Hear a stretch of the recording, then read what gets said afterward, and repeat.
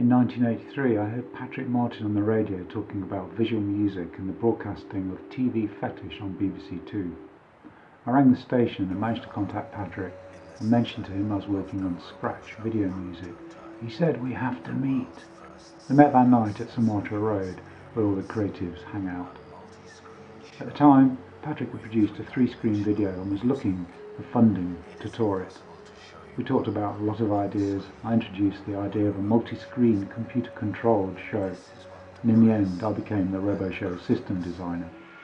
I think the idea behind the Roboshow was for the production of a psychosensory experience, to use Patrick's words, an intense, highly synchronized, 3-dimensional audiovisual experience designed to blow people's minds.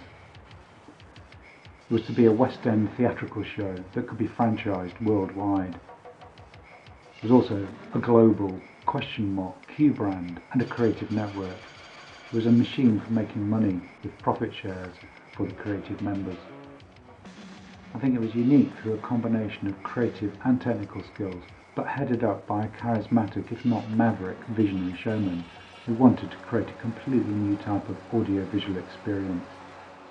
The theatricality and the otherworldliness of its content, hosted by Q, the virtual robot, made a very unique show. I think the Robo, Q the Robo, and the Technicab were both very successful and they worked very well. The initial creative enterprise, the idea of it being more like a creative network, and we all worked together and were very enthusiastic, but then it became corporate. The company Robo Devco, I think, failed, with its fractious and split directorship wanting to take the safe route of using the technology for corporate applications, rather than following the original vision of the West End show. If the structure had kept to its original cooperative concept where the creative team had more control, the show may have happened, but this was not an acceptable structure for the investors. The original goal of creating a theatrical show from a prototype was not followed through, due to not having financial backers with the expertise in the entertainment industry. I think it was a combination of things: a lack of faith, knowledge, confidence and vision.